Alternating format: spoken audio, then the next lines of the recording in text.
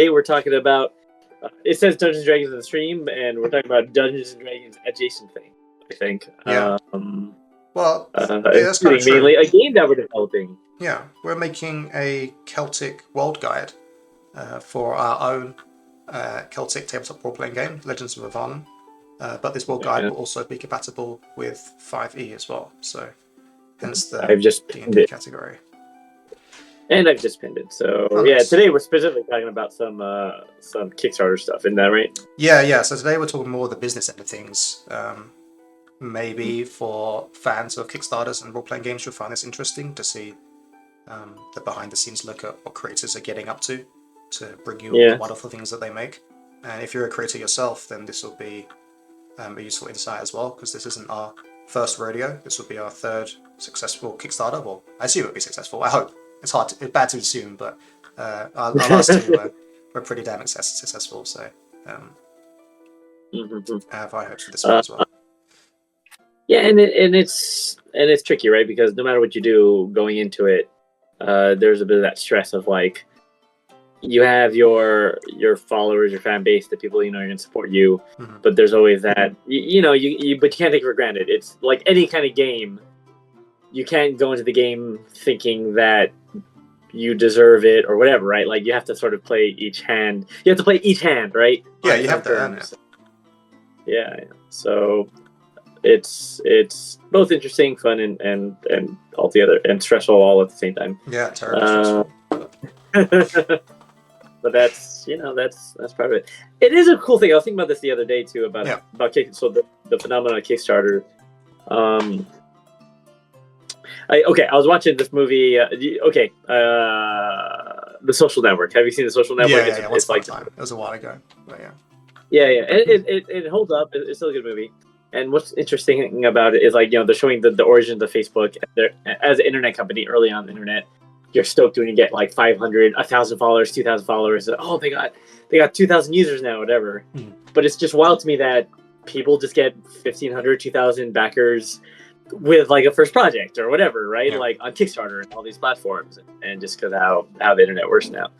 And it's both cool because it gives people the ability to share their stuff, and also difficult because there's so many people trying to share the stuff, right? There's so much noise and so much going on. Yeah, man, it's hard to cut through that. So, like, I'm bombarded all the time with new Kickstarters and projects and all this stuff. So, I don't know if the same's true of your feed. Well, yeah, it's the algorithm, right? It's like we're interested in Kickstarters, so we look at them, and then we get fed more, and so then we get undated with Kickstarter ads. But I'm actually okay with that because it does let me see what everyone else is doing and seeing what's on trend and what's not on trend, and how people are marketing, what looks good, what doesn't look good. Get ideas from other people. Yeah, that's good. Yeah, and I probably don't get and if you're seeing that stuff, you're probably not getting as many stupid things like yeah. Like it is relevant to my interests, so yeah, it's hard to complain. Yeah, or like the God bless fake AI art. I mean, I still see a bit of that, but it doesn't mean I get a lot more Sinzel decorative in my life. You get more what? Sinzel decorative in my life. Sinzel decorative? Yeah, that's the font. That's the font in the realm of books and role-playing games and board games. It's still my to-do list is to create an Instagram of all my sightings of Sinzel decorative. I've been collecting. Okay, how do you spell that? Cinzel. I guess I have an example on stream. I had an example today. Oh, okay. Not because it's Sinzel decorative, but because of other reasons, but it just by chance also uses Sinzel decorative. I mean, dude, you got Legends of Avallen book there? Yeah, I do. Yeah, go get it. Is it our title? Yeah, our title is Sinzel decorative. Yeah. Oh, so that's how I know it. That's why it looks so familiar. Yeah. So that you'll be able to notice it by the swishes on the A and the swish on the L that extends underneath. Very telltale signs of Sinzel decorative. So when I first used that, I just thought, wow, that's a really cool font that looks good on a fantasy thing. And then I didn't realize that everyone also thinks that, which it does look good though. Like, so I get it, but it's everywhere. Yeah, I mean, that's the purpose of a font, right? It's shorthand. It has its own heuristic or its own pragmatic. Oh, it's on our associated with stream it. right now. You can, because it's on the Legends of Avallen logo there. But if you look at our names, I moved away from that font because I thought, like you said, it communicates, right? That font communicates fantasy, but I was thinking, oh, can we communicate Celtic instead? And so I moved towards more Celtic fonts. Yeah. I got you. So yeah, I mean, yeah, that's a little crash course into Sigil decorative. I do have wish. I got you have a question. Shoot. No, I just wish because I found a Sigil decorative page. I wish there was, and there's a designer named Nathaniel Gama. I wish people would just write about the fonts, about like what inspired it, or like design notes or whatever. I think that could be kind of interesting. I got sorry. No, I had a Discord thing that maybe we could talk about quickly on stream. Please. Someone in the Discord asked an interesting question of, not us, just of Avallen in general, and I figured as creators and writers of Avallen, we could answer it on stream, perhaps. I don't know. You let me know if you think it's better left unanswered. Okay. So the question was laid from our dear, fan who asked a lot of interesting questions on the Discord, actually, Diego. And he used a new word that I hadn't seen before. And so he educated me somewhat with this word, which was cool. He said, quote, "Are Vallic tribes actually henotheistic and not polytheistic?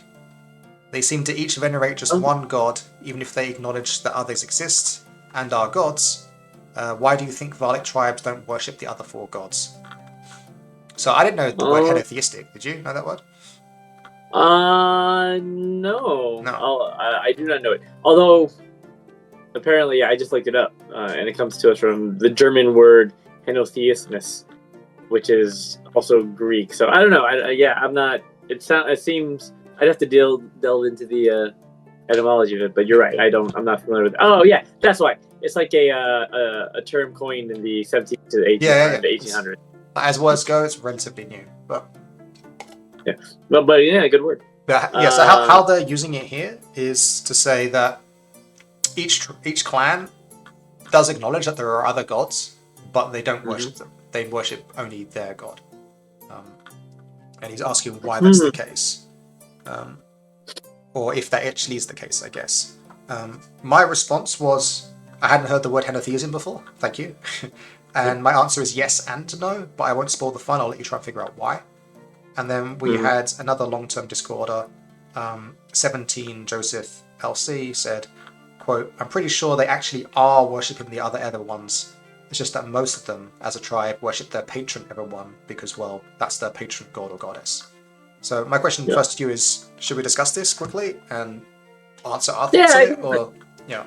I think it's an interesting question that we can answer because it's useful for us to talk about, but also we reserve the right to change our mind later in writing. Yeah, but it will get codified in Faeseeker's Guide to Avallen. Right? Yeah, exactly. So this conversation is pursuant to us realizing that whatever we end up writing is what becomes the thing.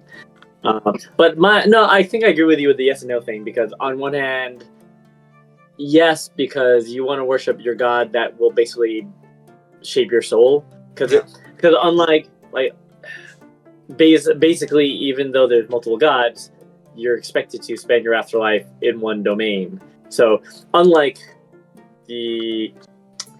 some other religions, where, I mean, if you think of like Greek and Roman mythology, everyone lives in Mount Olympus, but everyone just goes to Hades, right? Yeah. Exactly. Yeah. Whereas, and the way we have it structured is more like pocket dimensions, where you join a different version of the other world, and there's practical reasons for us doing that in order to have it make sense for different religions to make sense. But from that point of view, it's like kind of henotheistic, right? Because what really matters pragmatically for a mortal is what the fuck's going to happen to me when I die. Yes. That's the pressing question. And so that's where that comes from, right? Like, you're not denying the existence of the other gods, but you got to like pick a lane because you're hoping to sort of get into one of these guys' domains. But right? I mean, if you're a member of the Penabunk and all your peers and family worship the Ever Stranger, if you worship the Ever Mother, then like would your soul not get picked up by her anyway? Like does it really matter? Like why would the Ever Mother reject you? Or is it just convenient if you grew up in a culture that worships the Ever Stranger, you're more likely to worship them? It's difficult to primarily worship the Ever Mother instead. So you're saying that why, like, if that's just part of your culture? No, I'm saying. I mean, you said it's pragmatic, right, to worship the Ever Stranger, if he's going to get your soul. But if you worship the Ever Mother, won't the Ever Mother get your soul? So then, it's not necessarily pragmatic. It's whoever you choose. No, yeah. That's what I mean. Is whoever you choose will. That's the lane that you're trying to get into, right? Yeah. So then why not choose the Ever Mother if you're in the Penlevy clan? Sorry. Well, I mean that is a choice that can be made, right? Yeah. But we also acknowledge the sort of the power of culture in these things, right? Yeah, I think the answer there is probably that. And I thought of the answer to my question as I asked it of you. Is that like the culture of the Penlevy naturally aligns itself to the values of the Ever Stranger? If you live the life of the Penlevy, you're not necessarily going to be in the good graces of the Ever Mother, because they have a kind of not a disregard for nature. They have a respect of it, but they don't worship nature, and they're not communal, anywhere near as communal as the Ever Mother is. And they have like a worship of death and revelry, and throwing all caution to the wind. And if you live the life of the Penlevy, you're unlikely to be in the good graces of the Ever Mother, right? They have different ideals and values. Yeah, I agree with that. Religion, your culture still affects religion, and then in a small percentage of cases, people feel differently, and then they'll go to other cultures, which is kind of how we function as humans in the first place, right? Yeah. Like some huge people just kind of stay put where they are, and then a small percentage of those people decide they gravitate towards something else in the world and or belief system. I think I have three more things I want to say about it as well. Was your thought you had there quickly? You said I think. Yeah. So that's the henotheistic vibe, but definitely. But I do think there is more worship similar to Greek and Roman mythology. Yeah. The Vallic still sort of say prayers to the other gods and acknowledge their presence, even if they do have a patron god. Yeah. Right. Like I think if a pen Blythe, who worships the Ever Mother, is about to craft something, and they want to make an artisanal work that's beautiful, they might still whisper a prayer to their Ever Father, right? Yeah. They'll either worship a prayer to the Ever Father, or to one of the sort of demigods or fairy or Tilith that they know is associated with that part of the portfolio. So yes, okay. Was that one of the things you wanted to say? No. There's still three other things I wanted to say quickly. One was that the gods are kind of responsible for the clan. The Ever Stranger is responsible for the Penlevy, the Ever Mother for the Penblythe. And as we know in the World Lore, there was this period called the Sorrows, right? The Great War between the gods. And that very much demarcated as this is our clan, this is your clan, and we're at war because the gods are at war. So I do think there's still like literal tribal lines there of the Penlevy associated with the Ever Stranger, and the Ever Mother could be an enemy. I mean, she was before. Sure. She could be in the future as well, and so could the Penblythe. So there's still an us against them mentality. The second thing I wanted to say quickly was that all of this, I think, does not apply to heroes and adventurers. I think if you're a Penlevy and you grow up and then you become an adventurer, and literally venture out into the world and quest, you're no longer tied to the culture that you grew up in, and I think it's kind of known in the world and in the lore that adventurers are free agents that can flit and fly between different gods and then pick their own one that they feel best represents them and the way that they're choosing to quest and act in the world, because they're no longer part of that culture that they grew up in. They're something else now that moves about a place and are almost nomadic in a way. We called them headless originally, like they have no family, right? Once you become an adventurer, you kind of leave that stuff behind, and you're your own thing now, and your tribe of other adventurers, your party, become your family, right? So you're not tied as you once were. So I wouldn't be surprised if you found someone who grew up in the Penlevy swamps, worships the Ever Mother because they become a druid and they become enamored with nature and align themselves that way, right? Yeah, but for role-playing purposes, it's fun to still, even when you're going out and about, to align yourself with your clan or whatever, right? Yeah. And in your tribe and bring that into the world. So I think that's okay, and that's like a classic fantasy trope, right? Like the dwarf going. I mean, it's different because it's not like a racial thing, but it's like Gimli going all over the place and being like, I'm a dwarf, and look at all these dwarf things, and look at this dwarf crap. Yeah. But, but fundamentally, I think the dwarves wouldn't necessarily think of. Might think Gimli less a dwarf, right? Because he's running around on the top lands, hanging out with elves and humans, doing all this stuff. He's an adventurer now, right? And sure. Yeah, he's left the dwarf life behind. Yeah, and befriending elves and all that stuff. So, yeah. So, but by its nature, what I'm saying is adventurers buck the trend. And so if you're a Pen Levy and you're an adventurer, I wouldn't be surprised if you worship a different god than that restriction, right? Yeah. The nature of adventure is being exceptional. So yeah, I get that. And then the last thing I was going to say is that I do think this reflects real life and history as well, at least as I understand it, in that many peoples acknowledge that there were many different gods, but you'll find that each, like the different locations would have a cult of something. Like this town was a cult of blah blah blah blah, and you'll find a lot of the architecture or religious symbolism would reflect mainly one deity and some others perhaps, but it's usually one, and you'd say this area is a cult of this god, this area is a cult of that god. So I think it's normal for communities to pick their favorite, as it were, as the prime guardian. Yeah. Right. Yeah. So, and there's so much we don't know again about a lot of the gods, Celtic gods, because we don't have a writing system for them, whatever. But we do know them by the traces, and yeah, we know there were a lot of them, right? There are a lot of. So many. Deities. Yeah. So yeah, we're like part of what we're doing is a simplification to make it easier to grok and use practically, because ultimately at the end of the game we're still trying to make. At the end of the day, we're trying to make a game, and something that won't overwhelm you with too many things, right? Yeah, exactly. Although yeah, some people like stuff. All right, yeah, that was good. That was a good question. Thank you, Diego. I hope this satisfies you, or hopefully it opens more questions as well. That's always fun too. I've just screwed up the stream. Sorry about that. That's fine. I fixed it. Whatever. Okay. Okay. Was there another Discord question or comment? No, not that I can recall. Right. So, if you have no other topics to talk about, we can do a hard seg into the main topic of the day. But I'll let you make that call. Yeah. I think we should. I'm just trying to set up now. Okay, cool. Yeah, I think we're good to go. So I can transition scenes.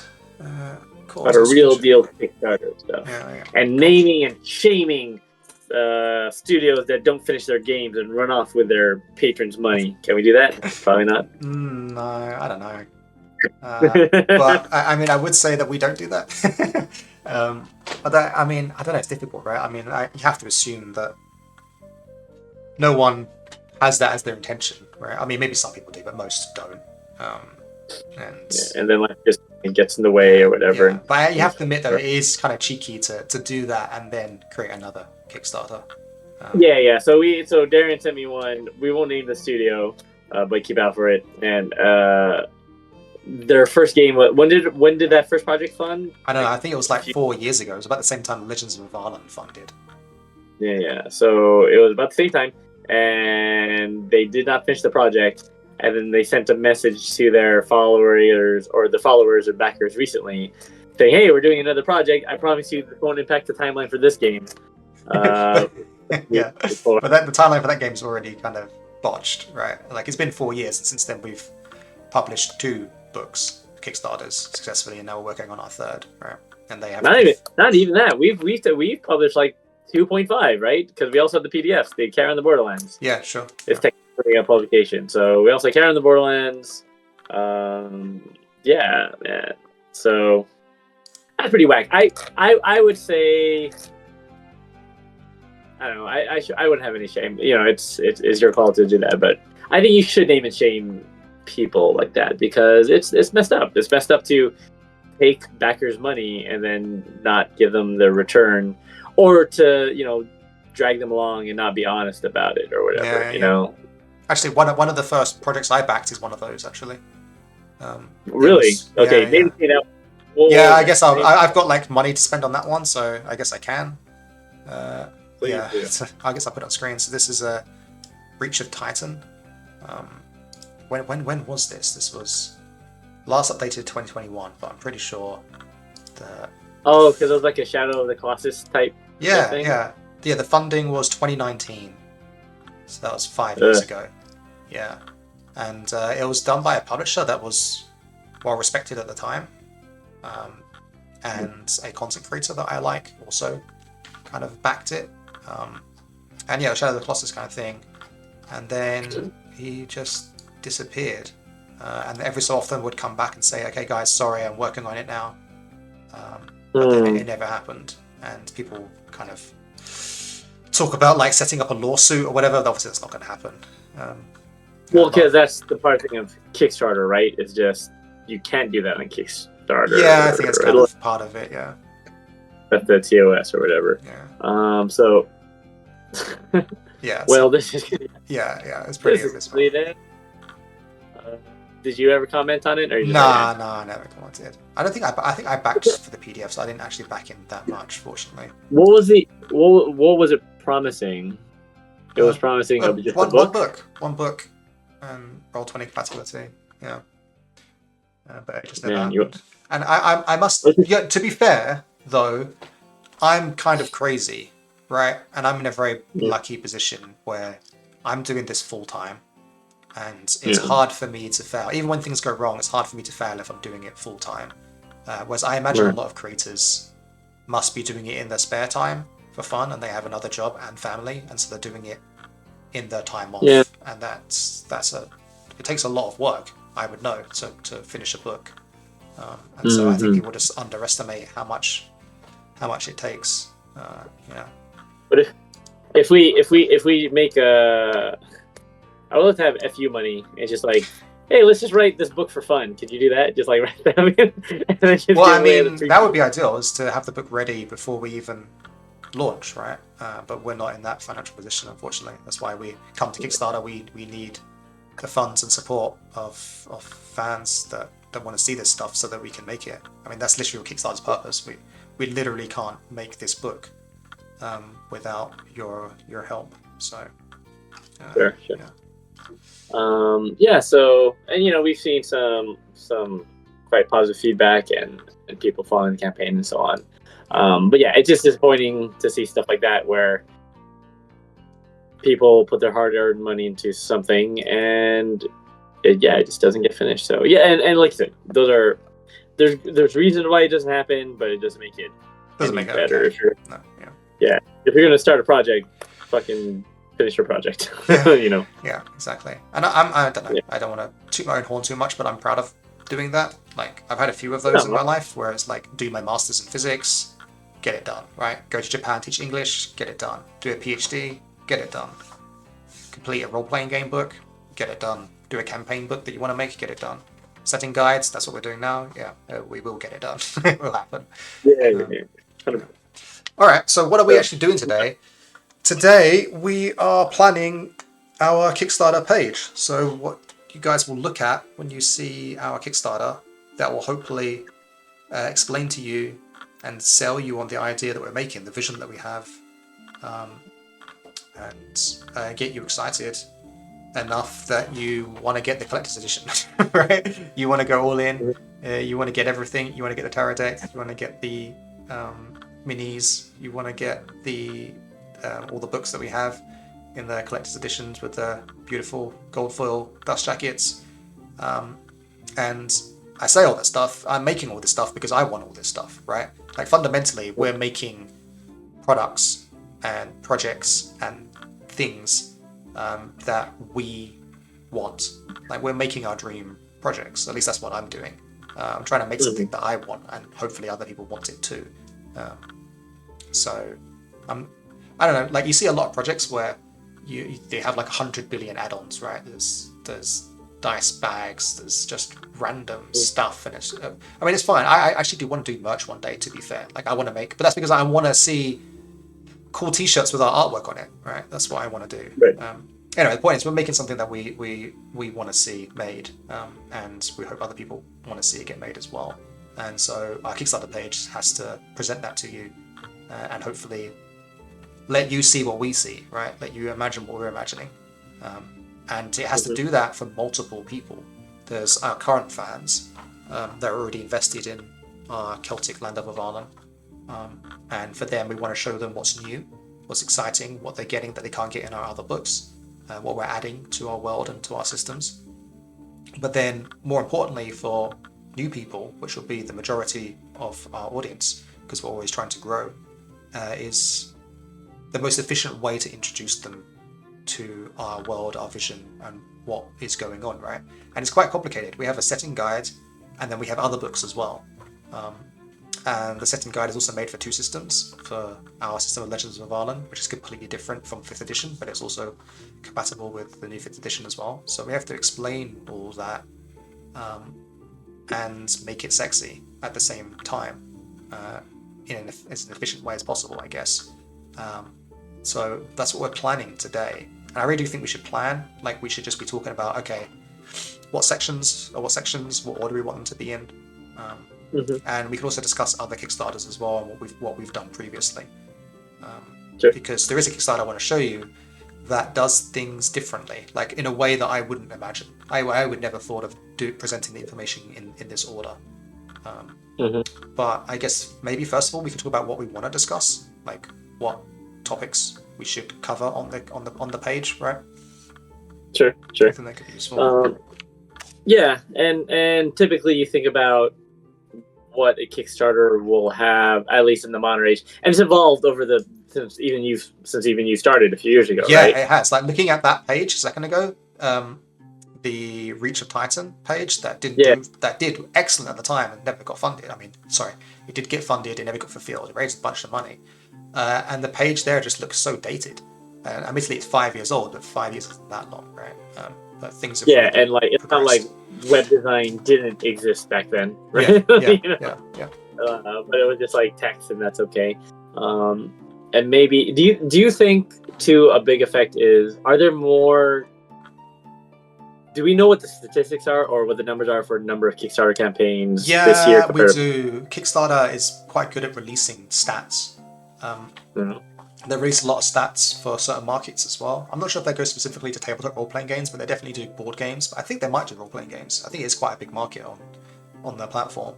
But I know that during the pandemic, everything was crazy.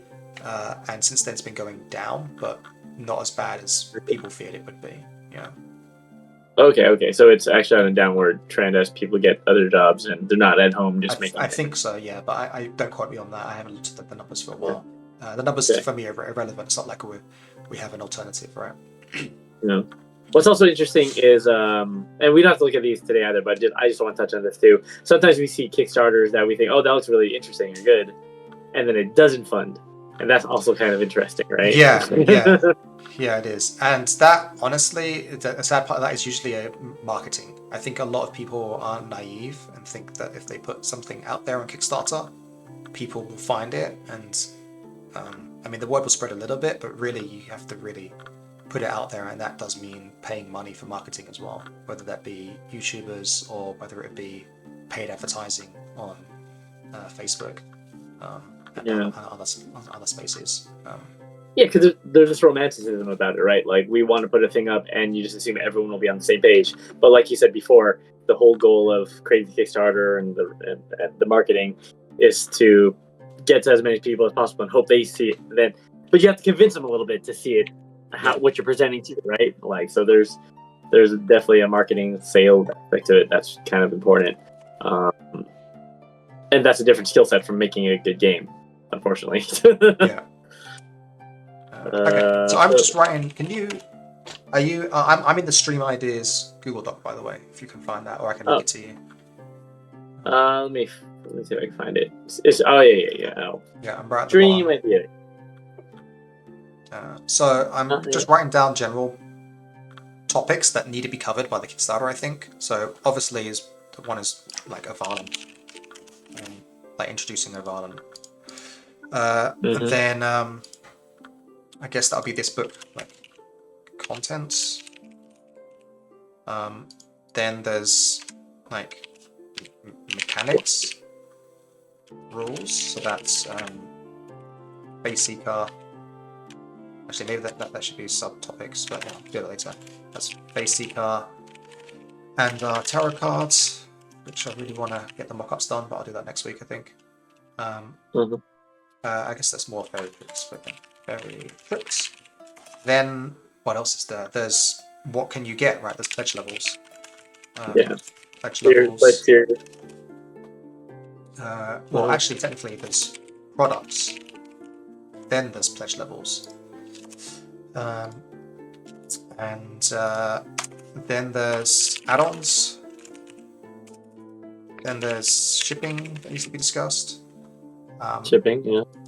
Then there is, I guess, compatibility, right? What systems is this? Systems. There is also social media links, which I've been terrible at before, and will do better this time.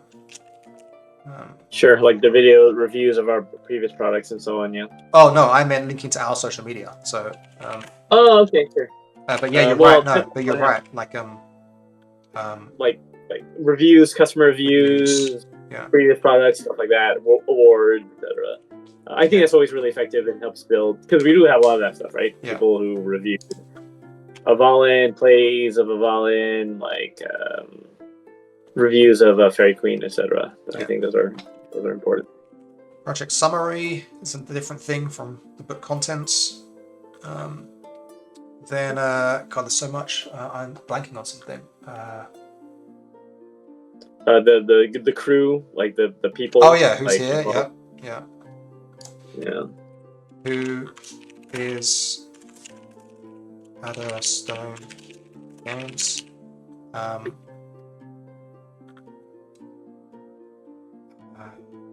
Damn it, there's something I had, but it's gone. I'm sure I'll pick it up by looking at other examples. Yeah, maybe a good point now is to look at an example. And then we can see what sections they have and remind ourselves of what sections we should have. What do you have one in mind, or do you want a suggestion? Yeah, no, I have one in mind. If you have a suggestion, that'd be cool too. But No. Okay. You do the one you do the one you had in mind. Okay, cool. So this is actually let me refresh this page so this video is started. This is Historica Arcanum. This is a series of projects made by, I say cousins, they're not actually my cousins, but my fellow Turks, but they actually live in Turkey, they're in Istanbul. And these guys make projects in the Renaissance period, which is really cool. People aren't really doing that, so they have their niche in the market, and they're making Renaissance period 5e stuff that's spread all over Europe. And the current project, I believe, is for Venice, and it is a setting guide and a campaign book. Hence the 500 plus pages of content. It's 2 books, 250 each. Got it. They're doing very excellent themselves. And this... Oh, actually, wait. No, we should look at what I did previously first before we look at what they're doing. I take it all back. Let's go to what I did first. Let's go to. So looking at Fairy Queen, right? Yeah, we'll look at Against the Fairy Queen. Okay, Against the Fairy Queen. Beautiful splash image showing the products, and I bore a little description saying what's going on here. Let's see. Okay, where do I start? I have artwork, a quote, and then content summary. Like what's in this book, right? Actually, let's take this out separately. We can put this here, and then I can go back to the text, stream ideas, so we can check off everything we've got. This is the content summary. That's project summary. Check. Then we have a summary of the pledge tiers. So, that's the different things. Pledge levels, and then there's a summary of the pledge levels, right? Summary of pledge levels. I'll start off. God, how do we... I can't Yeah, can you mod? For some reason I can't mod at the moment. I'm not sure why. I got it. You moderate. Summary of pledge levels. Oh, then the bloody stretch goals. We've got stretch goals. Mm-hmm. Stretch goals. Okay. Actually, maybe I'll reorganize this to be in the order of Against the Fairy Queen. So what did we have? We had opening art with quotes. Okay. Check. That came first. Actually, the video came first, didn't it? Yeah, but the video has to be first. It's literally on the screen. Oh, right. I'm talking about everything below the video. Mm-hmm. Okay. What awaits you? Then it's the project summary. Project summary. Then we have the pledge summary. Summary of pledge levels. Then we have stretch goal summary, I guess. Not even stretch goals, actually. Stretch goal summary. How many? Just make a quick note before we look at that other tier. How many tiers did you have? How many different tiers did we have? What, of pledges? Yeah. Pledge Was it tiers. 7?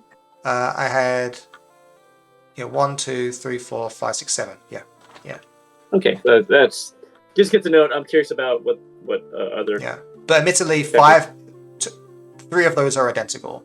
There's 1, 2, 3, 4, 5, and then Somewhere Bards, Legends of Avallen just add on a creative thing, right? It's the same actual products.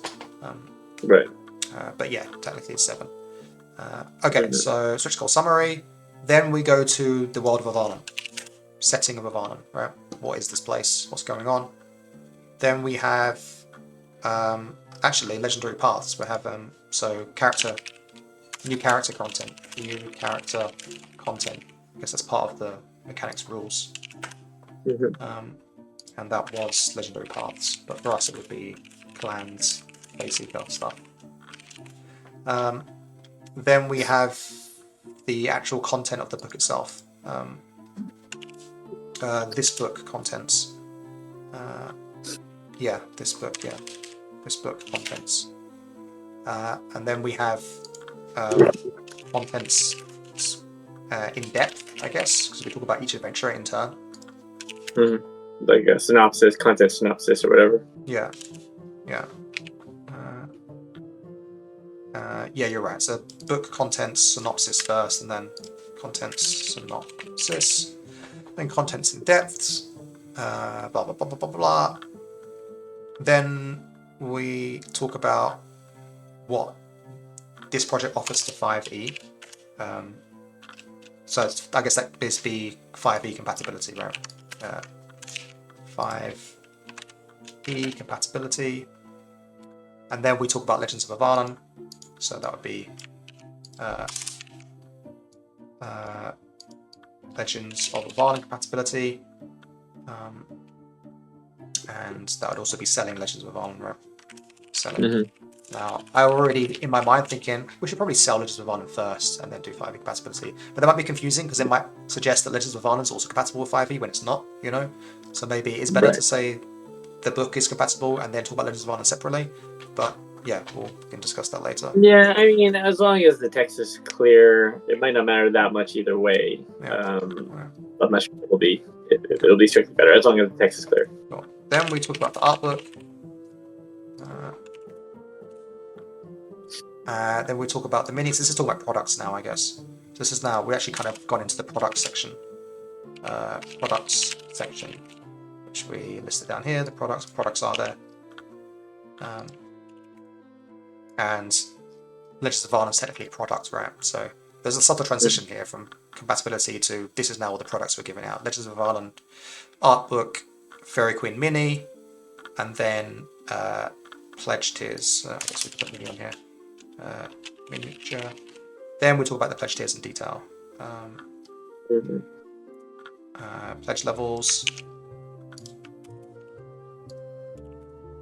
Then we talk about another pledge tier summary. Okay, sure. Pledge. I guess it's not pledge tier. This is the pledge tier table. This is kind of standard, like telling you exactly what's in everything, right? Okay.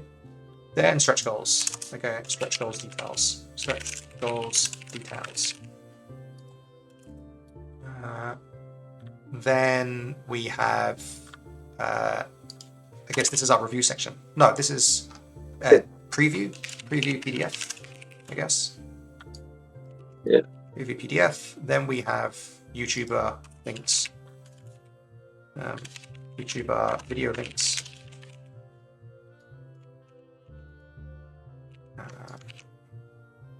And then more preview PDFs, sure. And then we have Who is Addlestone Games.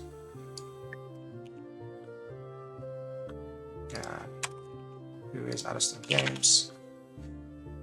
And then we have shipping. One loves shipping. Everyone loves shipping. That's the favorite part of any Kickstarter campaign. Yeah, and then that's it. That's everything. So what is here? Okay, these. I mean, we didn't include these. See, I did not include social media links. That wasn't on here, right?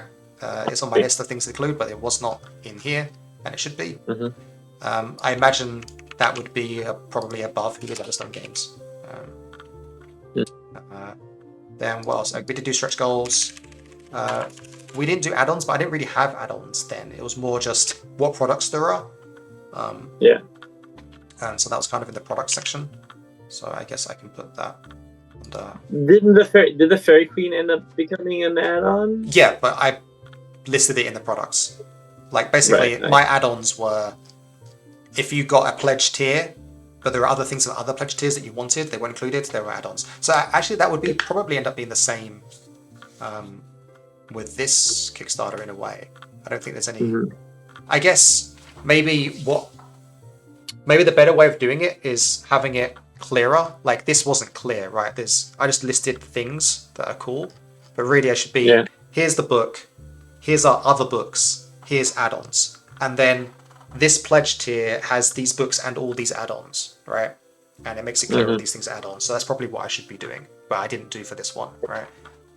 I just talked about all the different stuff, and I didn't give it like a title of a section or anything like that. Sure. So yeah, you're right. Fairy Queen Mini was an add-on, but I didn't call it that. I said it's available in these pledge tiers and as an add-on, but really it should be add-on section. Fairy Queen, I don't know. Right. Anyway. Cool. So that's what we did before. Mechanics, rules, Faeseeker, Fairy Tricks, I guess. I had one thing to look at before we move on. Yeah. Can you just go back up to the stretch goals? The detail section or the smaller section? The ones with the lock images. I mean, that's but go on. Yeah, Is that the detail section? Yeah. I'm just curious. What was the thing we didn't end up adding on? The prologue. Oh. That was add carrying the Borderlands into the book, and we missed it by like a couple of £100, and then people were asking me, hey, if the stretch goals kind of add it in, would that be okay? And I kind of put my foot down and just said no, because I knew that adding the prologue would just make the book bigger, like page count wise, make it thicker, and I knew it was going to balloon anyway. And the book is massive, and I'm actually kind of glad the prologue's there. It would be nice for there to be the prologue in the campaign book as well, but it is a prologue, so it's not really necessary for the campaign. Let me ask you, if you were to do it again, knowing what you know now, would you want to put that as a stretch goal? Because you're glad we didn't hit it, which means that it should have been there in the first place, right? Probably. Yeah. But was there a better way to do it that wouldn't have killed us? I mean, it wouldn't have killed us, but I mean, I guess if we did hit it, then it would just be another one of those things where I would commit to it, right? I wouldn't have gone back on my word. I would always do it. What I mean, would you have considered doing it as, if you hit that number, instead you have it basically as a separate like pamphlet, but like a printed book? Yeah, maybe. Yeah, I think the key thing is just like adding stuff that balloons the size of the book isn't necessarily a good stretch goal. These little things here, like adding extra classes, isn't a big deal. That's like a page or a page spread. But adding a whole 3-part adventure. And that's the thing, as I was talking about, I was like, oh, we could add the prologue into the setting guide of Faeseekers. That could be fun. But I have to catch myself and say, no, Darren. No, don't. I guess what I'm getting at is, would it have made sense to just to make it a separate book to print? Yeah, but then that costs, I think that might even cost more. I mean, I'd have to look into it. Maybe I should talk to my thing. Talk to my Yeah. especially as a soft cover Yeah. kind of thing, rather than like a hardcover. Yeah. Anyway, that's just the thing I was thinking about too. Like, if clearly we were, or would you have preferred to do the deck or dice box, because would that have been better or worse to do as? I don't know. I can't remember. Sorry, dude. Yeah, I don't know either. Or maybe it should have been 65. But yeah, stretch goals is something that I wrote a list of like months ago now. That's another thing we need to revisit sometime, is talking about the prices of things and what should be included, what's not included. But yeah, we'll do that. And we can talk about it a little bit. Anyway, I think this is useful things to consider. Yeah. Because you have the benefit of hindsight now, and so as we make our next stretch goals, like exactly the lesson you took away, which is don't inflate your book incredibly if you don't have to, because of the price cost. I do think though, like, I don't know. Now, I didn't consider it until right now, but like if we put the prologue in the Faeseeker's Guide to Avallen, then that would kind of be perfect, right? Like it would set up against the Fairy Queen. It's then in, like, I kind of want it to be in print because we did make something interesting. So yeah. Okay, I mean that's what you think, but do you think it has to be in the book? Or be something separate? Yeah. Or be something separate? It would be better. I mean, it would work better for me because then it'd be an add-on that I could sell. Yeah, I guess. Yeah, you're right. It would, like, basically what I'm saying is adding it to the book would be a large cost, and not everyone would want it, right? So if we put it as something separate, then people that want it can get it, and people that don't want it don't have to get it. Okay, I'm going to put my to-do list, talk to the manufacturer about what it'd be like to print a soft cover for that. Yeah, and another thing you could consider is we're doing collector's covers for the books. You could do a collector's cover for Kara on the Borderlands, and that could be like... No. If it's a soft cover, that wouldn't work. No.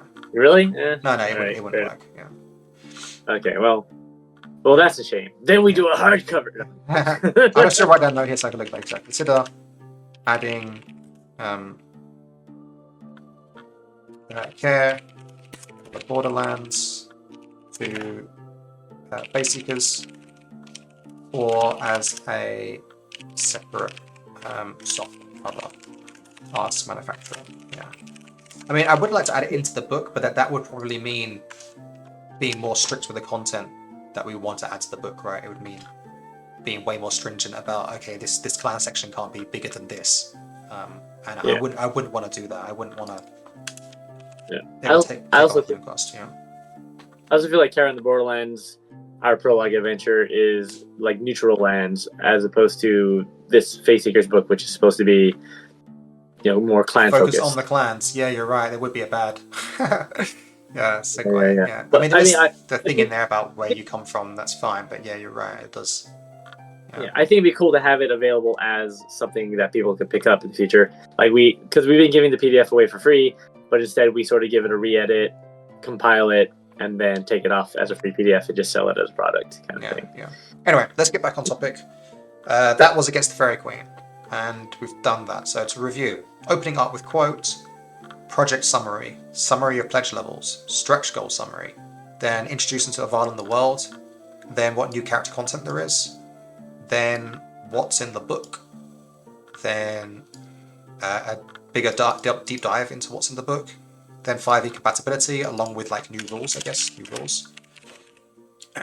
then product section, including the add-ons, which would be Legends of Avallen, art book, miniature, then pledge levels, then pledge tier table, then stretch goals, then a preview PDF, then YouTube video links.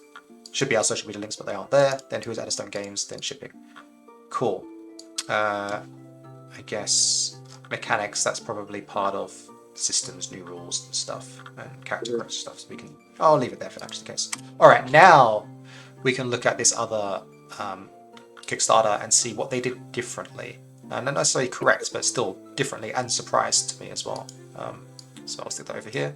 So anyway, back to Historica Arcanum. Yes, Renaissance period, Venice, made by people in Turkey that I don't know, but I think it's awesome that they are in Turkey.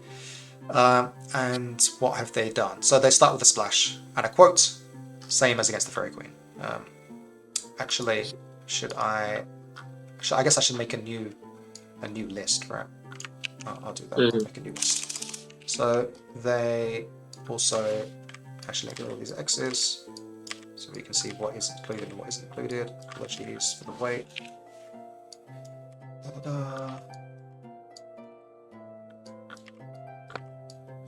Quick cut, fill the dead air. I believe. Well, I was just reading through the text, and I was curious about whether or not I have a point of criticism. I'm sure you do. You're very good at critiquing. Okay, okay. Read it out loud because it is the piece of flavor text, and then see if you can identify what my criticism is. Or I'll read it out loud. Okay. The grand carnival approaches, and something wicked stirs in the salty air. Amidst a sea of masks and fires, shadows lurk and wait for their turn on stage. Those envious of what goes on behind palace walls, and those zealous for a new life in this new age, wait for their turn in the limelight. So, what's my criticism of this passage? I mean, it says a lot without saying much. All I get from it is that there's a carnival that's near the sea, and there's probably conspiracies in the shadows. Which, I mean, that's probably everything they want to get across, maybe, except the fact that it's in Venice. So we're talking about it's like close exaggerate. Yeah. That's not what bothers me so much. No, okay, tell me. So what bothers me is the use of the word limelight. Why do you think it bothers me? The term in the limelight. Is anachronistic? Is it? Yeah. It's like it comes from like theater stages in like the 1800s. So using that for a Renaissance game.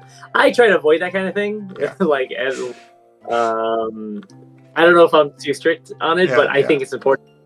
Sure. Words that make sense, right? In the context of the time period that you're using. Yeah. You can't always do it. Like we end up using, because we're speaking English in the 20th century or 21st century, you just have to use words that probably didn't exist back then, especially because we're writing a book about that. Yeah. So, but specifically here, a word like the limelight, which is idiomatically associated with like theaters and so on, I feel like I wouldn't have used that word. I think it's as bad as maybe, but I could be wrong. Maybe they're right, and maybe limelight started being used in the Renaissance period, and I don't know it. I guess that's possible, but anyway, that's my criticism. But it's getting people on board and it's evocative, I guess. So maybe that's okay. Yeah, I mean, if we are critiquing, I do think this is a little bit weak, but it's fine. They're doing fine, right? So it's hard to be too critical. Okay, so then they have the product images, which is kind of part of it. The product images are obviously gorgeous. They have a black aesthetic going on, which lends to fading and shadows quite well, which I'm a bit jealous of.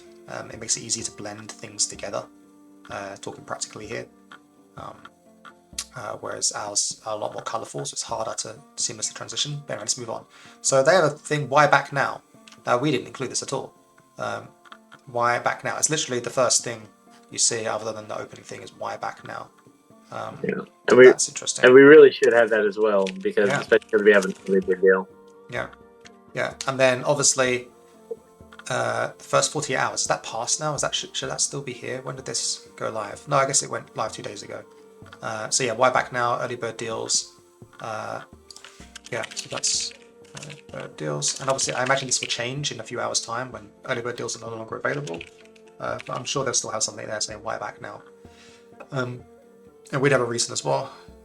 Anyway, so why back now? Then they have at a glance. This is the product summary, I suppose. Project summary, so that is the same as us. So that is next. Actually, maybe I should use a different symbol for things that are different. I'll use Y. Sure, Y. Y is something that's different from what we've done. Yeah. Sure. Product summary. The other thing as well that we should talk about is that they exclusively use in-image text, is what I'll call it. So this is their own chosen font, design, and everything for the thing. And I kind of did that for, I guess, the Fairy Queen as well, because that's what everyone was doing at the time. However, things are moving on from there. Let me show here. The inevitably huge Terry Pratchett Discworld RPG by Modiphius, our distributor. They don't have any of that crap. They just have raw text on the Kickstarter page. They can afford that though, right? But I've been seeing it more in other places as well. This is just the most immediate example. But it hasn't launched yet, yeah? No, it hasn't launched yet, no. So you're right, that might change on launch. But again, I've been seeing it more frequently now where you just use the Kickstarter text. And they have made it easier to use the Kickstarter text. There's been more added features in there. And there was a discussion about it on my Discord as well. I asked people and what they like about Kickstarter pages and what they don't like. And one person said, I don't like images on text like this being everything. They said they think it's fine for some flavor, like these quotes up here, but they want the raw text to be in the body thing so they can control F and search for stuff. I hadn't considered that before. I'm not sure exactly what they're control F searching for, maybe systems, things like that.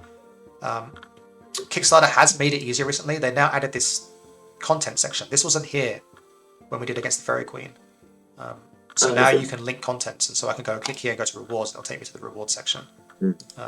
So I think that might alleviate that control F criticism that our Discord friend had. You're going to say something, sorry?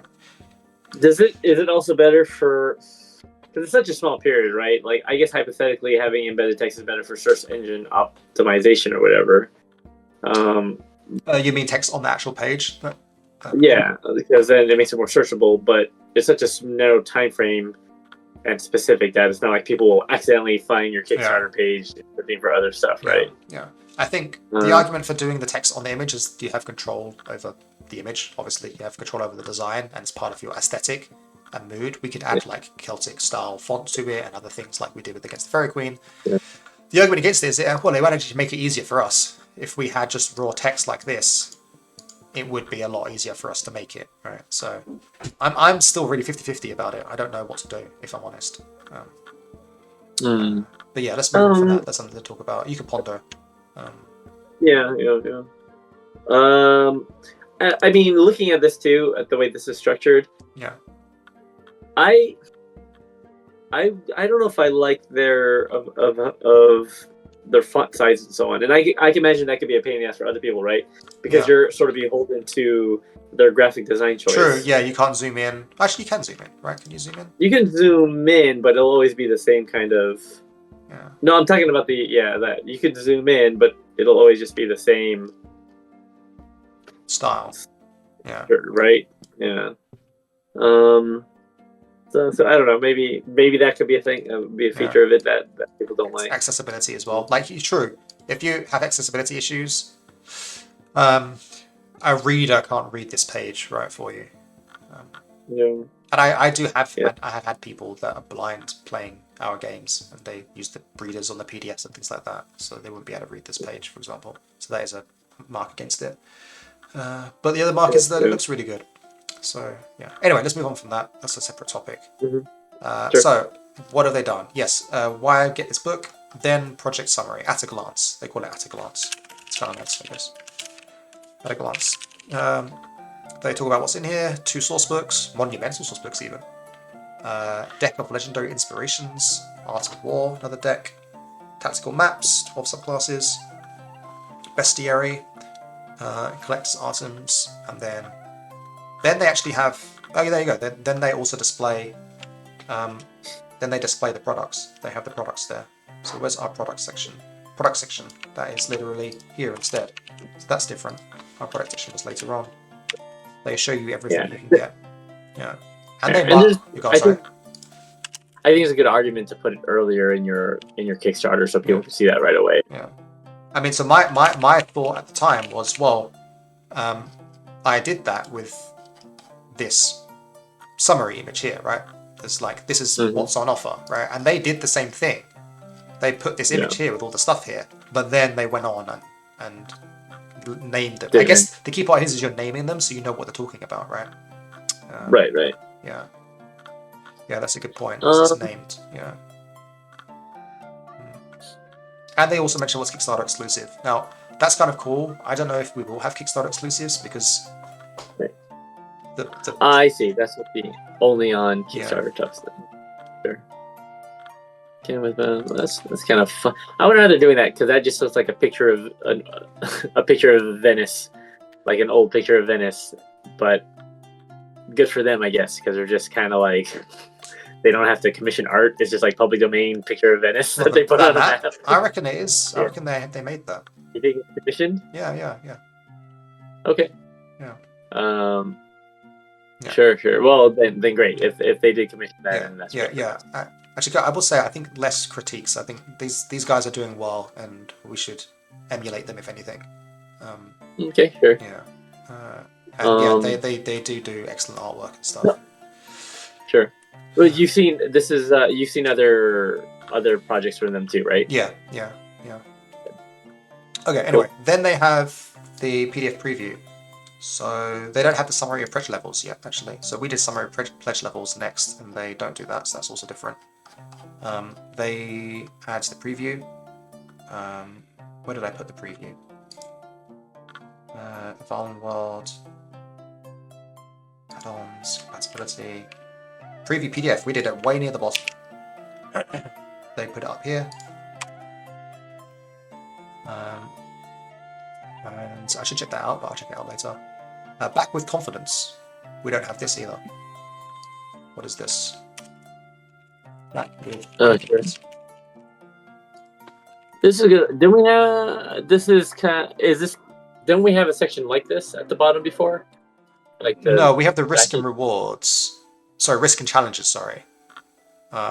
Which is compulsory. Everyone has to do this, and it has to be done in text as well. This is Kickstarter mandates this, but that is different from this.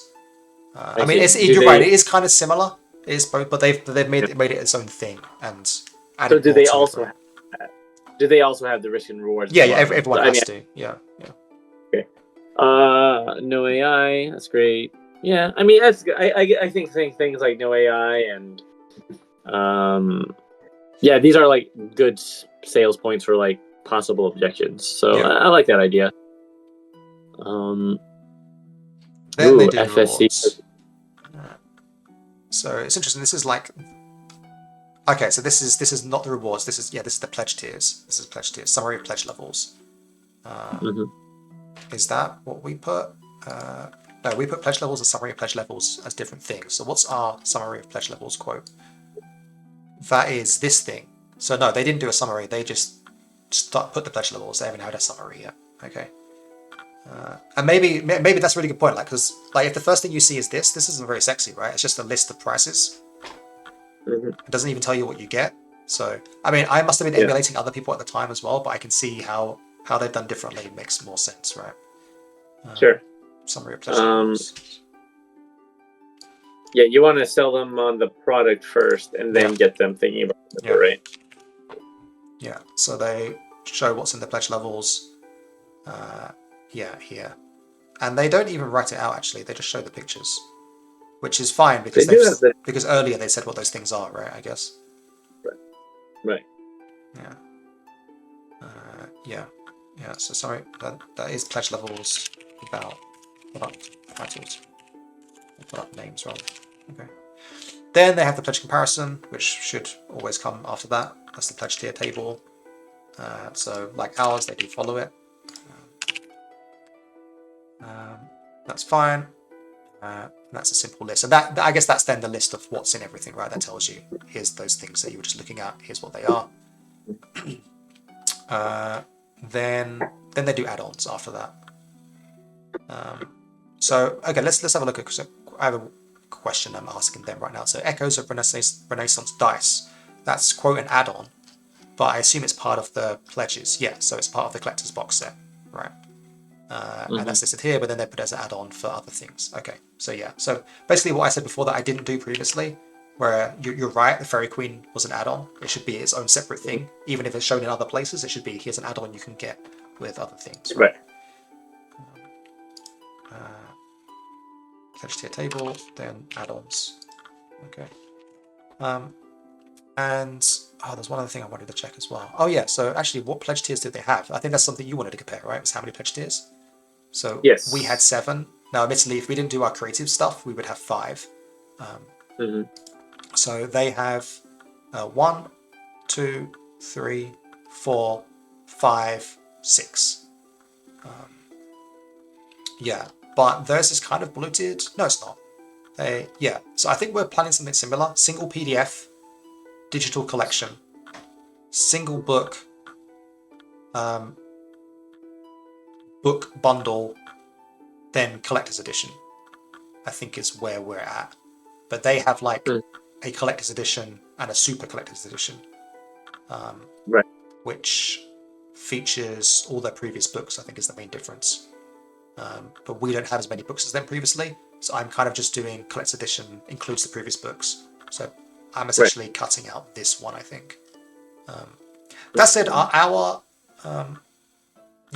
we have kind of one in between. It's kind of similar. I'm looking to offering like just this book plus add-ons, and then the collector's edition is all of our books and add-ons. So it is kind of similar to this, actually. Yeah. Mm-hmm. Yeah. Hardcover bundle. Okay. Anyway. I mean, it's a good-looking collection too. Yeah, you're right about the black the black motif. It just makes it easier to blend crap together, group stuff together. Yeah. Yeah, you don't have to worry about it. Ours is like all different colors, so yeah. And the add-ons look good, right? So we need to get to a point where our collection looks like this, and it's going to be difficult. But we'll try. We'll get there. Oh, I do like that the GM screen is just a simple, because dude, it's so hard to find. Here's something for people behind the scenes. It's really difficult to find like models of things like a GM screen. Where do you get a model of a GM screen from? I guess you have to hand make it yourself. I don't have those skills. Maybe Chrissy does, but they've just done a real nice cheat here. It's just flat, right? It's just a flat GM screen. Yeah. You say it's a GM screen. Yeah, that's fine. Yeah. Did they do that up here as well? Did they make it flat? Oh no, they kind of have an edge to it, but I think we could do that. And it kind of fades off to the end here, like it really is insubstantial. So yeah, we could do something like that. That's fine. Yeah, they might have just taken a different GM screen like image and just like use the same dimensions or whatever. Yeah. Anyway, so then the pledge comparison, I put that right. Then add-ons, yep, we had add-ons. They have a little descriptions of them. That's fine. Then what? Then the bundles. So what is this? Old Legends. Oh, this is more add-ons. These are add-on bundles. Oh, interesting. I see. Okay. I mean, we can do that as well, to be fair, because, like, we have two markets. We have people that have never bought our books before, and then there are people that have bought our books before. And it's hard to make pledge tiers for everyone, because I imagine there are people that have bought our books before want the new book and the art book, plus all the add-ons. But I think I am making that tier, to be fair. But then they want the collector's edition covers as well, right? So that'll be something separate. Right. Yeah. So they have to they don't get punished for being an early adopter. They don't have to exactly. rebuy. We want to reward them. Bundles. Actually, I don't know if you saw as well, but on the Discord this week, I asked people about that. I did not see that. Yeah, I said, hey, I want to make collector's edition covers for the books. And people were very excited by the idea. Because it would add a unified aesthetic to all of our books. Even though they have a similar art style and everything like that, it would be nice to have covers that look like the part of the collection, bam. Right. And I said, look, we have two options. We can do new books with faux leather book covers, which is what generally most people do. And I believe that's what they're doing here as well. And with a foil design on it. Or we could do dust jackets. And the advantage of dust jackets is that if you already have a book, you can add a dust jacket to it. You won't have to buy a new book. But the advantage of the faux leather is that everyone does that, and the reason why they do it is because it just feels nicer, right? It's special in your hand. And I kind of got the response that I was expecting. That most people said, yes, I would prefer the faux leather full new hardcover. But if that's what's on offer, I won't buy it because I already have the books and I don't want to buy the books again. So my vote would be for Dust Jacket. So then the situation is this: well, do I appeal to the new backers and make new sexy books, or do I make it backwards compatible for previous folk? Yeah, it's hard. I'm inclined towards Dust Jackets because I like Dust Jackets. And it will still have the same effect, I think. But someone did say, hey, well, could you do both? Could you do a faux leather dust jacket? And I said, I don't know, actually. Let me ask my manufacturer. So I'm actually currently waiting on them to hear from them. Yeah. If we could do the best of both worlds. I think that'd be pretty cool. Yeah. I guess I'm kind of neutral on dust jackets personally. As in you wouldn't be excited by one? Yeah, but that's more just because I'm very rough with my books. I have books, I like books, but I end up taking off the dust jackets and putting. That's me personally. That's just like a curse. So you'd prefer faux leather hardcover? But similarly, if I already had the book, I'm very practical. I'm like, oh yeah, but I already had the book, so I'm not gonna get that. the collector's edition. I'm not a collector. Basically, I'm the wrong person for a lot of these things. With all sorts of things, I'll always guitar, music, Magic Gathering. I don't care if it's shitty. I'll use like a shitty looking one if it works. But that's me. Okay, so Kurt, but I do like that. Yeah. So I said they do something surprising, which is why we're looking at that page specifically. And can you figure out what it is that they haven't talked about yet? The game mechanics itself. They haven't even said what's in the book. Sure, yeah. They're just saying they have the project summary, like here's a synopsis of our contents, but they haven't even talked about the book yet. It's been art and quote, why back now, project at a glance, what's for sale, a preview. I guess a preview kind of shows a little bit what's inside the book, so maybe that's where they're getting it from. Then that's kind of makes it okay. Back with confidence, pledge levels, pledge tier, add-ons, just sell. What is in this book, dude? I don't know yet. Did you download the quick start guide? No, I haven't. But obviously, so I wonder if that will be part of it. But I wonder if that's the strategy, right? Like, so, and let's say for a second that you have this approach of you got to sell the product first, right? Yeah. But it's already kind of an established marketing strategy that you don't sell your product by burying them in features. You sell them the product by making them interested in the sort of aesthetic and the lifestyle aspects of it and what you should be a part of this thing, right? Yeah. And talking about the mechanics and content slows that down. Yeah, slows it down, and also that's maybe part of why they have the design of these things, right? Like if I was selling you the book using raw text, there's not much about the world and aesthetic in that, but using this design aesthetic lets you know. I don't know, what does the design aesthetic sell to you? I mean, I look at this artwork here and I guess I see cultism, and then the sleek design says it's kind of modern, Renaissance. It's like kind of Leonardo da Vinci kind of shapes, right? Go to the at a glance section. Sure, at a glance, yeah. I mean it kind of talks about the products, right? But even when they talk about 2 monumental source books with 300 pages of content, an exciting, extensive setting guide. Yeah, it doesn't even say it's Venice, right? A thrilling, and then a serenade for the damned, a thrilling adventure module. So here's another point. Maybe they're also relying on the video. I don't watch videos, so for me it's like, what's going on here? But the video, I'm sure, is very flavorful. I'm not going to play it on stream. Sure. I mean, we can look through it quickly. And we can like. And you were. I mean, here's the thing. You're sold on this campaign. You like this campaign. Oh yeah, it looks similarly. It's yeah. But it's just artwork. I'm sure the voiceover explains what's going on. So maybe they're relying on the video to do the heavy lifting on the creative, right? Whereas previously I would write that out. So against the Fairy Queen, I would sell you on the world. That's like the first thing I wanted to do was like, this is Avallen. What's in Avallen? And I'd write about it, right? And then I talk about legendary paths. I tell you what's in the book, what's going on. Why is this exciting? Why do I think you'll like this?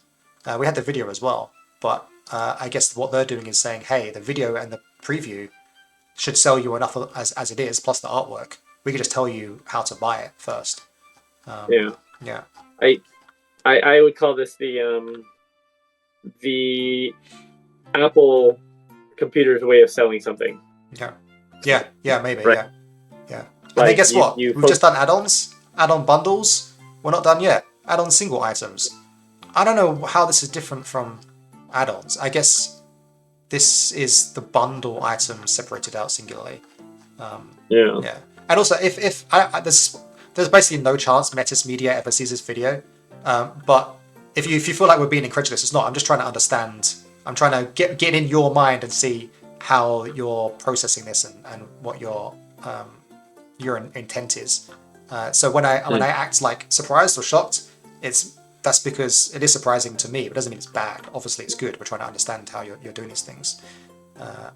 Yeah. The interesting here is that they are talking about the here they are talking about the individual product itself, right? Yeah. But these are old products, so at least it gives you a summary here, I guess. Yeah. Yeah. They're getting a little summary, so they don't have a summary for what the actual content of the new books are.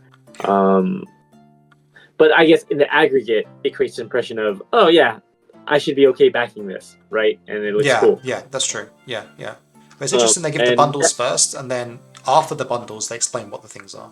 So you don't even know what's in the bundle until you look afterwards, and then you can see, oh, what's that? Right. Then you maybe that's good though. Maybe it builds intrigue, right? Like you look at this and you go, well, what are these books? And then you can read about them afterwards, rather than being presented the information immediately, right? Yeah, I can see the you don't want to over explain if you don't have to, right? Yeah. Like Yeah. that doesn't help you buy a McDonald's. Nothing would put you off a meal faster than having to read through the entire ingredient list and nutrition fact. Right? True. Like, yeah. That's not how you sell a Big Mac, which is filled with terrible things. You sell it by saying you're out with your friends, you're eating it, and you're high-fiving, and then 20 seconds later it says, "I'm loving it." That's you know. So there's an argument, but for the people who for the people who want the depth and content, that should be in your quick start guide, hypothetically, right? So that they know that is not vaporware. Yeah. So I should look at the quick start guides to help, but they have a I have to register or something, I think. So I'll do this off screen another time. Although it's valuable to know, right? Because it might be like you open the quick start guide and it's like fucking 30 pages, or you open the quick start page and it's just like art and like a few paragraphs. Yeah, should I try and get it now? Maybe I'll take it off screen and I'll do it down here. Yeah. I would try to nab it now. Yeah, how do I think it's important for see. It built intrigue in us. Now we're downloading the fucking quick start guide, and we're like, okay, well, let's check this out. Yeah, because we're starved of information. Yeah. Yeah, because we're the kind of people that want more and more information. They're probably a minority of like your audience, right? Maybe, yeah. Like the kind of people that'll just say to them, okay, quick start, like it looks cool. They want my phone number. I don't want to give them my phone number. Just do it. You're Turkish. I trust them. Yeah. They're family. Yeah. Yeah. It also forces me to go through the store, so they have all my details as well.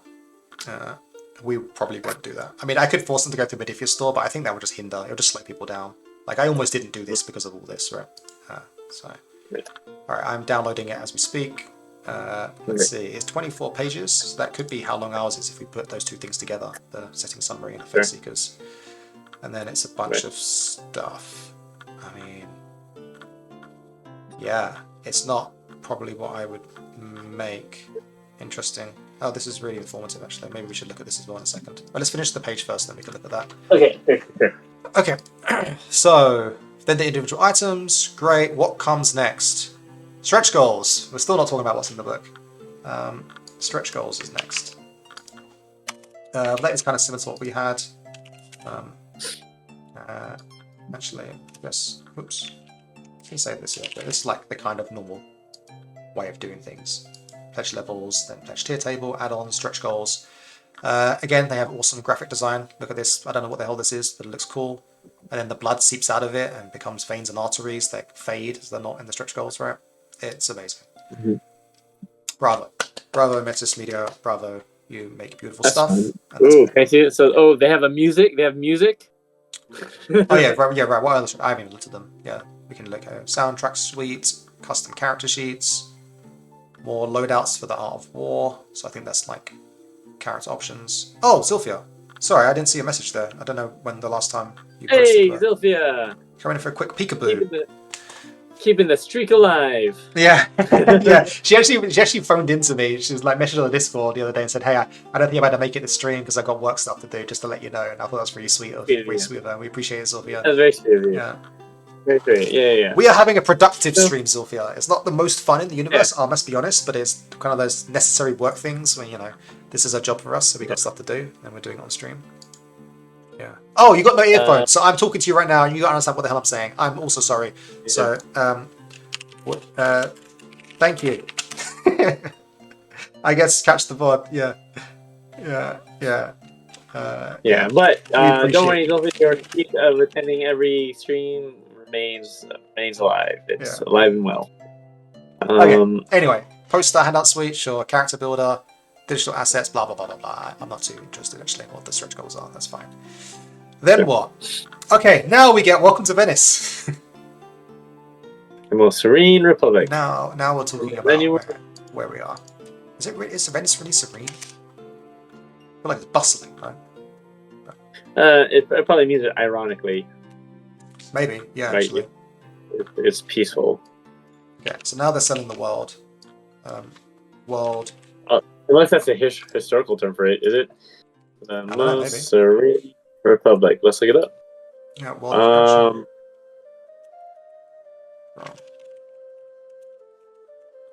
Let's see here. Historical sites. Yeah, the most Serene Republic of Venice. That's Oh, wow, cool. Yeah, city state that existed from 697 to 1797, based in Venice. So, cool. It is a common phrase for that period. Fair enough. They've done some reading. It's good. Yeah, they have awesome graphic design again. Then, what did they say? In Echoes of Renaissance, you'll dive into the history of Venice. Yeah. So it's a brief. So it's not even a world summary. It's more of a book summary. I guess that is a world summary, right? It's like it's Venice, political machinations, war. Yeah, it's the world summary. Yeah, cool. All right. World introduction. It's in a different spot, but it is here. Then they have the universe. So. Can I just make a comment? Yeah. On the image, I do like what they're doing with the stone, the cherubs. Yeah. Embedded in the text, and we could do something similar with like a stone, standing stone, wood painted stone motif, right? Yeah, we could. Like at the end of like a scroll, we could have two standing stones and like grass or something. Yeah, like that. Embed the text is inside a stone or something. Yeah, it is inscribed into a standing stone. So yeah, it's a fun motif, but theirs is more photorealistic than what we would end up doing because of the style. So maybe it would be different. Yeah. Okay. Then they have this idea that it's a growing universe, right? Players and game masters delve into real epochs, regions of the world, bringing with an expanded universe and storylines. So they talk about what the series is in general. So I guess we would do like what is Songs of Iron and Stone, I guess. What is Songs of Iron and Stone? Or what is Celtic Britain? I suppose. I don't know. I don't think we really need this section, I don't think. I don't know about this. We could mention that there's other books, I guess, but I don't know. Yeah, you can do something like that. This is kind of roughly equivalent to just Avallen, what is Legends of Avallen, etc. Yeah. Overall, and just brand building, right? So I think it's worth talking about, probably. Right. Yeah, I guess it says it's bigger than this Kickstarter, right? Yeah, and I guess it says it says what their objective is, right? This is like we're trying to do real world history with arcane mysteries and occult secrets, and we're trying to do real world mythology and folklore with magic and legendarium, right? Yeah, with a focus on Iron Age culture.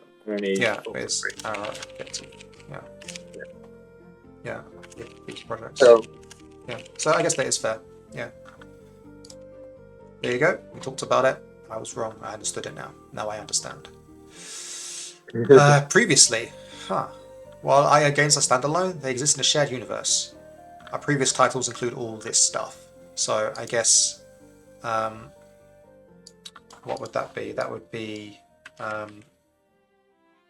previous books. I guess I did Legends of Avallen before, because that's all we had, but now we'd have the other ones. So we wouldn't do previously necessarily, but I think we would do, previously, I guess. Previously, and that would be LOA plus ATFQ, right? Sure. And of course, the language that they're using here is kind of like it's using media savvy language previously on whatever, right? Like using TV language and so on. So. Yeah. I don't know why I've got everything bold. I think these are originally going to be titles and we're going to write stuff underneath them, but yeah, that's probably what's going to happen. Okay. Next, dive into the source books. What is this? This is now the finally talking about the content that's in the books. We're here. We've made it. I think. Are we? Is this the one? So this is it. Yes, that's a really good point though. It's like, you're right. Well, I don't even know what the titles of these books are, if I'm honest. I think, I guess it must be this. Echoes of Renaissances. I'm not sure. So maybe that is a critique of this structure, is like, it's really difficult for me to know what it is that I'm actually getting into. I suppose at the top here it does say Historica Arcanum Echoes of Renaissance, but by the time I've gotten down here I've forgotten, I guess. To be fair, we haven't been talking about it in depth, but yeah, go on. Why is it called Echo of Renaissances? I don't know. The camp. Yeah, because right, you were reading out loud. It was like very awkward to read. Yeah. I wonder if that's it. Echoes of Renaissance. It's called Echoes of Renaissance. So what is it? What is it? Echoes of Renaissance is? Yeah, exactly. That's what I mean. It could be a typo. Yeah, it might be just be a typo. Yeah, that might be a typo. Yeah, that's probably a typo. I guess it's minor though. Know, but that's fine. Okay, so now we're actually in what's in the book. Book content synopsis. We made it. We made it. It's here. Yeah, so this indicates that they really know what they're doing, which is you have all the quick sell points at the top, and then as people delve in, then you say, oh yeah, by the way, this is all the stuff. Yeah. And that's probably the correct way to do it. Yeah, this is the second thing that I did, and it's like the ninth thing that they did, right? Yeah. So what was it? Yeah. Against the Fairy Queen, I did open art, project summary, pledge levels, stretch goals. Okay, it was the fifth thing that I did. And for them, it's the 1, 2, 3, 4, 5, 6, 7, 8, 9th, 10th, 11th thing. Yeah. And what they're saying is the approach is different in terms of strategy, right? What they're saying is we're going to sell you on aesthetics and art first and foremost. Yeah. And if you keep going, then we'll show you the text. Yeah. So, and that's an approach I could about. And the other point is that if you want to know what's in the book, you can check out the video for the world more, and also the PDF preview, right? And I guess what it's really saying is the most exciting way to be sold on what's in the book is to see the video and to see the actual PDF itself, right? Reading it on here is less exciting. Sure. But we have it here to let you know that we're making a thing. Yeah. Okay. Anyway, so what do they have? They have a bullet point list of what's in there. Yeah, it still blows my mind that it's all the way down here, but yeah, I guess it makes sense. Yep, and that's what's in the book. That's the book summary. Then they have, what is this? Oh, the summary for the adventure. So that's still the other book summary, I guess. I guess we could consider doing multiple summaries for each of the books. We could do Faeseekers, Against the Fairy Queen, Legends of Avallen, and then the art book, right? Mm-hmm. Now, so they do. So even though they have another. This is a setting book, and they do have an adventure module for it. Yeah. We haven't really talked about this. We have the adventure campaign book. Yeah. But would you consider an adventure module for this? No. No. Okay. No. Let's just write double the book, and we just made one, and I would making. No. Well, I understand what you're saying, but for me, like we know what our timeline schedule is and what we want to get done in that time, and writing an adventure model as well as the setting guide is just going to compromise both of them, and it's going to make it take longer when we already have a freaking awesome campaign book that already exists. I suppose the best campaign book that I can make. So yeah. I suppose this is a new campaign setting technically, so that's why they need an adventure to go on. Yeah, exactly, because the previous ones weren't set in Venice, now they're making Venice. So, like, that is a thing to be. Is like, okay, when we do make the steps, the Eurasian steps, would we need to make an adventure to go with that sort of setting guide? And the answer is probably, I guess. Probably yes. Yeah. I would say almost certainly. Yeah. All right, what's next? What to expect? So this is a story synopsis for the adventure. But this is more like in-world text, right? This is actual paragraph. This is like maybe the first multiple paragraph piece of text. So this would be like our actual introduction to Avallen, I imagine. This is like what Avallen is. Like, bam, this is all the awesome stuff that's going on. So this is content in depth, I guess. Well, more like world lore in depth, right? Yeah. This is This is similar to storyline sneak peek or whatever, or Yeah, preview. yeah. Yeah, where was that? Where did I put that? Well, I did world introduction. Yeah, but this is like world lore in depth. Yeah, and we can do that. We know how to do that. We've written that 300 times. Okay, the Art of War. Now they're talking about the ancillary products. This would be our tarot deck, right? I imagine. Yeah. Or maybe fairy tricks. No, or Faeseekers, right? Like, we haven't talked about mechanics yet. So I guess this is them talking about mechanics, right? New weapon loadout and battle stance system. So that's mechanics. Then inspirations. This is the mechanics section. This is the mechanics section. God, is that real? Look at all that text on that card. This thing? Yeah, it's funny, dude. I had the same thought when I saw it. I was right. Like that must just be directions, right? That can't be like. Is that like a fuck? Is that every card has that much text? There's no way. For this loadout thing, yeah, I guess so. What does it say? Your preferred method of fighting. Oh, gladiator. Oh, maybe it is. Back to the sacred blood of the arena. Prerequisites: net and trident proficiency. Net mastery has abilities on it. Trident mastery. Pull back the net.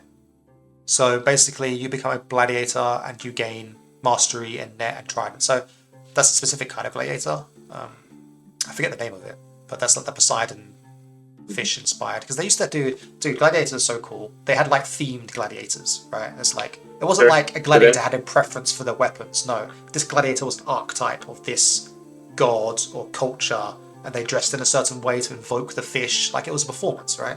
They wore fish armor. They had a trident and spear. They were fishermen, like uber fishermen. I forget the name for it, but they had all these different themes, and this is one of the themes. So I'd prefer it if it had a different word there, like the actual what that gladiator is called, because that's not all gladiators. That's just this specific. Anyway, I'm getting into it, but now you make me want to write our book on Adoraxia. And maybe gladiator themes. Include the gladiator subclasses or whatever. Yeah. Anyway, so where is new rules? That's the new rules section, basically. This is the new rules sections. So this is I don't know what we'd put here. Maybe clans isn't enough. Maybe that's get mentioned elsewhere. But there's clan origins.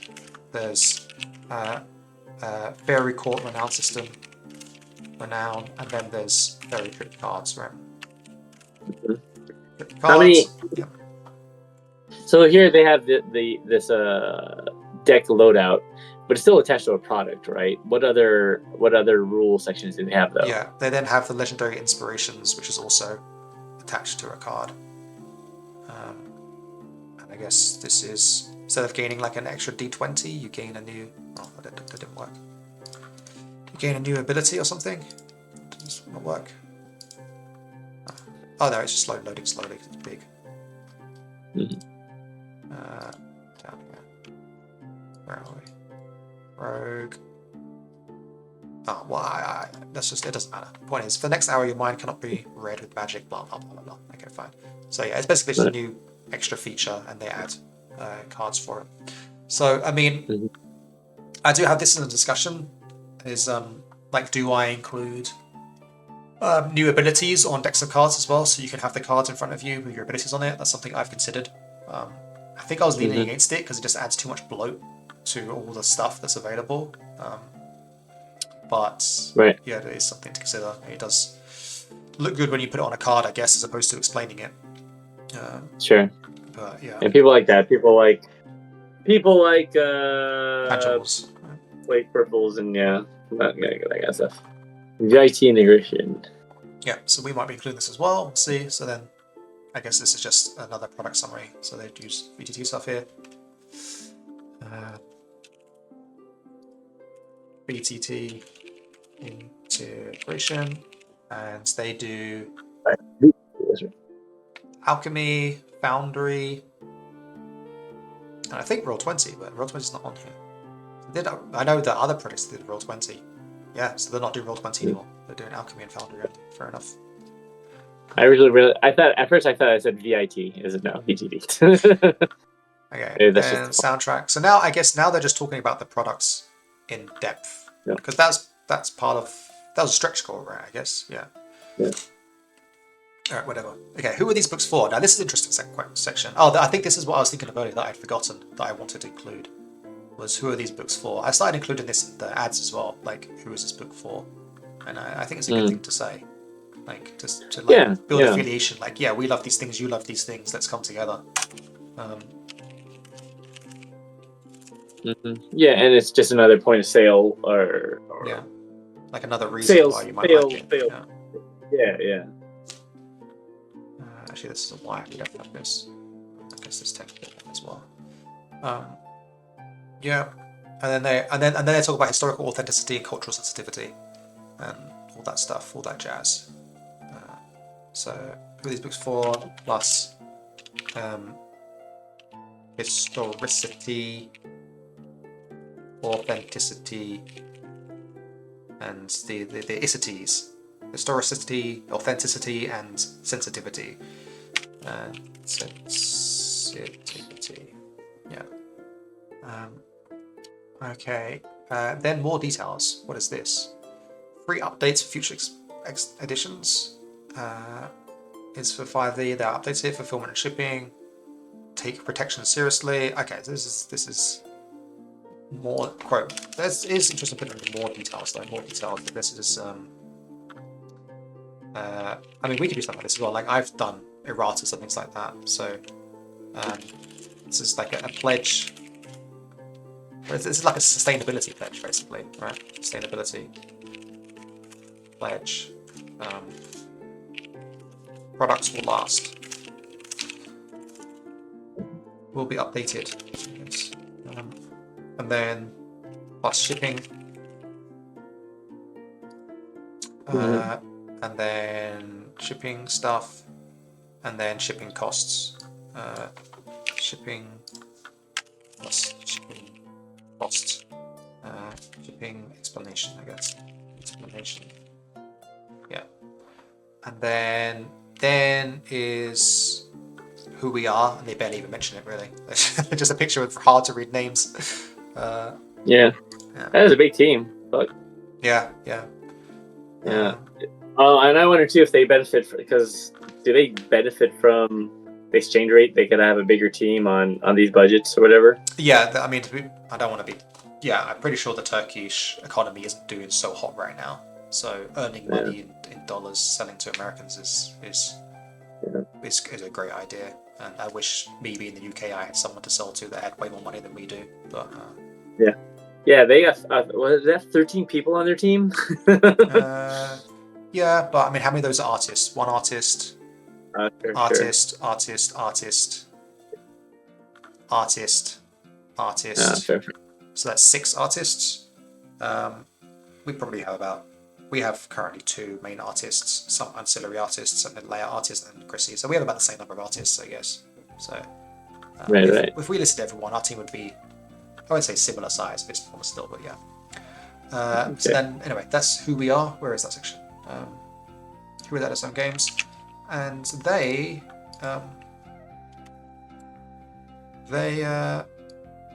don't have a summary of pledge levels. That's fine. They don't need it. They had the pledge tier table, and that was it. And then there's the risk of thingies, environmental stuff, cool. But they don't have a here's our social media stuff, which is interesting. And they have no YouTube video links either, right? They have nothing linking to reviewers or anything. So they have no reviewers and no social media. At that part of the page, I don't think it's bad to have that stuff, even if they didn't have. You know what I mean? Like I still think they're good includes.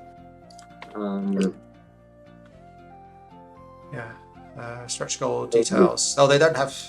Oh, the stretch goal details website. Forgot to put that in. Where was that?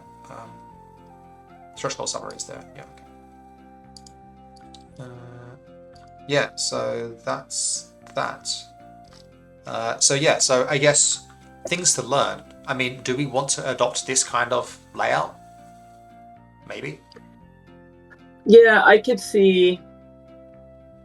see the value in making it aesthetically impactful first and trying to sell your product on that right from the get-go, because that's how you're going to sell someone on your campaign, right? Like, it's cool, like sell on the cool factor. But as someone like delves into it, you provide the sort of crunch that they want. And I do think it's well presented that way, right? They have the fluff, but they have enough crunch that makes it look like it's a real product. Yeah. Which I think is a good thing. I think I want to do a quick point of comparison with Moon Soon. This is another Kickstarter we were following a while ago. Do you remember? Yeah. And I guess that's the one. That's the one I was going to suggest.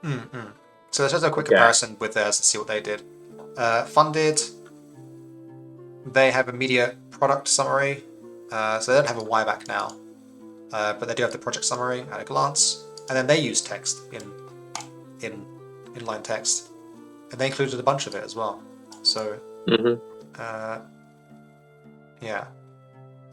Then they have a preview of the products. Then they have the this is actually kind of similar to Against the Fairy Queen's layout, actually. They have a pledge breakdown there. The compatibility, actually they have the compatibility section as well. And then they talk about the stuff and they write it out in text. Has some fancy GIFs, but I mean artwork would be fine. And they have traditional text. Then they have an image layout for selling on a product. So basically they do like a summary with image text and then detailed part raw text. But to be fair, similar to I forgot their name now. Medius? Is it Medius? Metis Media. Metis sounds like a Turkish word. Metis Media. They don't start with what's in the book, right? they have a summary, and then they immediately get into like the moon deck system. Like the what looks cool, right? Add-ons, that's like us saying, look at this cool fairy tricks deck, right? Is basically what they're doing. Yeah. With our product, and look at our figure, look at Boss our miniatures. Battles. Unique so they're delving into what's cool because they want to sell you on what's cool first. Yeah. And I think that's, I think that makes sense. You don't want to bore people before they read your whole campaign thing. You want to sell them an idea first, and then once you kind of hook them in, then you start showing them the front. We just spent an hour analyzing Metis' Kickstarter page because it was finally limited different hours, but I kind of wish we analyzed this one better because I think this is more in line with what I would want to do. I do think Metis is a bit too pushy with like, here's all our stuff. But maybe that's good. Maybe we should try it. I don't know. What do you think? Because this one has like, in text explaining stuff, and if you want to skip it, you can just move on to the next picture, right? But if you want to read it, it's there. I mean, ultimately, we're gonna sort of transform and execute in a sensibility that makes sense for us as a team, right? Yeah. So I don't think you have to worry about because even though we're looking at these campaigns, it's just gonna be, you're gonna make all these like hundreds of decisions during the production of it that will make it different from either of these, and that's okay. Yeah. I think conceptually what we did and if it ain't broke, don't fix it. Like, we still funded pretty well with Fairy Queen, and that's okay. I think that we could take some lessons from the analysis we just did of Metis, which is you don't actually have to. Don't underestimate the value of evocative presentation, right? Which is what they're doing. But they also might have other things behind the scene that we don't have. Both of these studios might have things they won't have. They might have a bigger social media presence. They might have more active, whatever it is, right? There's things that are going on behind the scenes of both these campaigns that we're not necessarily privy to because we're not part of their communities, right? Yeah. Unless you happen to know, like, do you know what the community from Moon was like? I think Historica Arcanum is more established than us. They've like got 4 books previously or whatever, so they've got a strong fan base. And I know that the Moon Soon group come from a STL producer. They used to make STLs primarily, like 3D model designers, and they have a large audience from doing that. Right. So they both have. So even if we're looking at the things of what they did and things that we want to emulate, the circumstances and the context are still slightly different, right? Yeah. And so we have to also understand that for us, like what things don't make sense for us given our context and the way we're interacting with our audiences. I'm not sure. Like it could be because we're not as known. We do have to lean more into giving more information, being more explicit. Otherwise, yeah. So and maybe that's the thing. Yeah. I must admit, it does seem like part of Historica Arcanum's marketing is that our products are beautiful, and that's why people buy them. Right? It's kind of similar to Borg in that way. Their books are beautiful and are desktop, coffee table books in a way. Like they just look good. I mean, the content's fun too, but part of the primary function is to look beautiful. And I think ours do that as well, but it's a difference in graphic design. I feel like our illustrations look beautiful, but theirs look amazing from a graphic designer's perspective in a way that's kind of pushes against function slightly. The graphic design often takes priority over function, I feel like, and information, and that lets you know that this is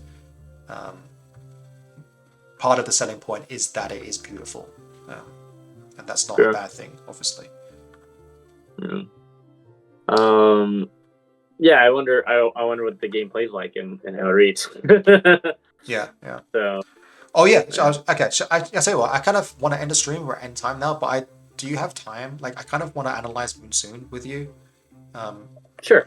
And we have a few minutes. We can also look at the Arcanum PDF as well. So I think we should end the stream and then do that off stream. That's all right. Okay. That's fine with me. Yeah.